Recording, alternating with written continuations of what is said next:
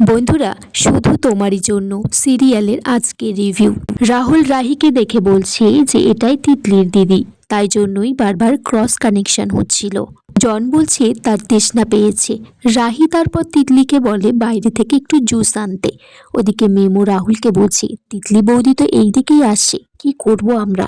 রাহুল বলছে ভাই আমার মাথায় কিছু কাজ করছে না, কাল যে দোল পূর্ণিমা, ভেবেছিলাম তিতলিকে মনের কথা বলবো, কিন্তু কিভাবে বলবো। তিতলি তারপর জনের জন্য জুস নিয়ে আসে, বলে খেয়ে নিন আর মন প্রাণ ঠান্ডা হয়ে যাবে। জন বলছে তোমাদেরকে অনেক ধন্যবাদ, তোমরা দুই বোন আমাকে অনেক সাহায্য করেছো।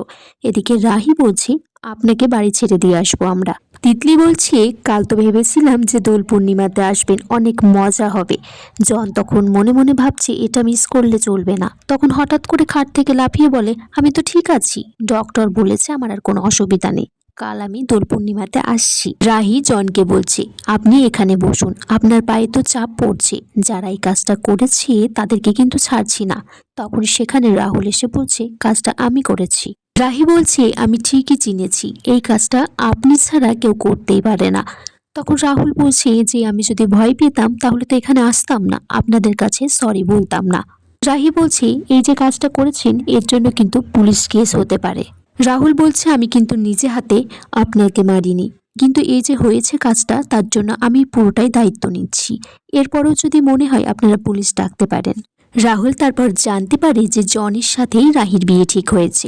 রাহুল তো খুব আনন্দ পেয়েছে আর জনকে বলছে যে আপনাকে মেরেছি, সরি খুব ভুল হয়েছে, আপনাদের বিয়েটা খুব ভালোভাবে ধুমধাম করে হবে, অটুট থাকবে, ভগবানের কাছে প্রে করছি। রাহি বলছে যে অমনি পুলিশের কথা শুনে নিজের ভুলটা পাল্টে নিয়েছেন। রাহুল বলছে না না, আনন্দে সে লাফাচ্ছে, পাশ থেকে কিছু গোলাপ নিয়ে সে জনকে দিচ্ছে, তাদের বিয়ের জন্য আগাম শুভেচ্ছা। এদিকে রাহিকেও একটা গোলাপ দিচ্ছে, রাহি তো নিচ্ছে না, তখন সেটা জনকেই দিয়ে দিয়েছে।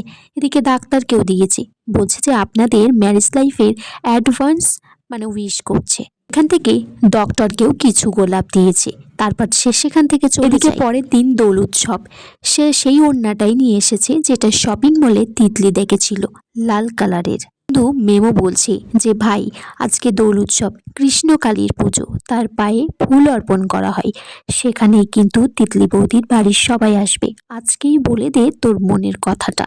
এদিকে জন আর তার মা গাড়িতে করে যাচ্ছে, সে একটা ওষুধ নিয়েছে। জনের মা বলছে বেশি বাড়াবাড়ি করিস না জন, আমরা কিন্তু পুলিশ কেসে ফেসে যাব। জন বলছে তুমি চিন্তা করো না, দেখোই না কি করি। রাহুল এসেছে হোলির মেলাতে, সেখানে মাকে বলছে যে মা দেখো আজকে যেন আমি তিতলিকে মনের কথাটা বলতে পারি আর তাকে প্রথম রং দিতে পারি। রাহুল এদিকে রং নিয়ে দাঁড়িয়ে আছে, পাশ থেকে হরির লুট দেওয়া হচ্ছে। একজন মহিলা তাকে ধাক্কা দিলে সে রাহির মুখে আবিরটা লাগিয়ে দেয়। রাহি তাকিয়ে দেখে সেটা রাহুল, বলছে তুমি আবার এখানে, আসলে তুমি শুদ্রানোরই ছেলে নাও।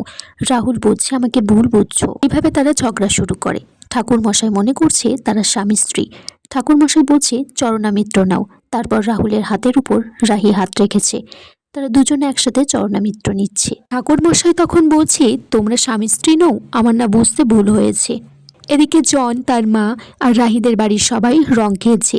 বলছে জন যে রাহি কোথায়। তিতলি বলছে সেই দিদিভাইয়ের খোঁজ, দিদিভাই এখানেই আছে। এদিকে রাহুল তার বন্ধুকে বলছে যে এই ওড়নাটা তিতলিকে পরিয়ে দেব, খুব মিষ্টি লাগবে কিন্তু। রাহির ঠাম্মি বলছে তোকে রং দিয়েছে কে? লাল রং, খুব সুন্দর লাগছে তোকে দেখতে। বন্ধুরা, আগামী পর্বে দেখা যায় রাহুল আবার সেই রাহিকেই সেই লাল ওড়নাটা পরিয়ে দেয় আর আবির দিয়ে দেয়। তাকে দেখছে সেটা রাহি, তিতলি নয়। তারপর সাইড থেকে একজন ধাক্কা দিলে রাহি পড়ে যায় রাহুলের গায়ে একটা জল ভর্তি জায়গার মধ্যে। রাহুল তারপর নিজের গায়ের থেকে জামা খুলে তিতলির গায়ে দিয়ে আড়াল করে রাখে।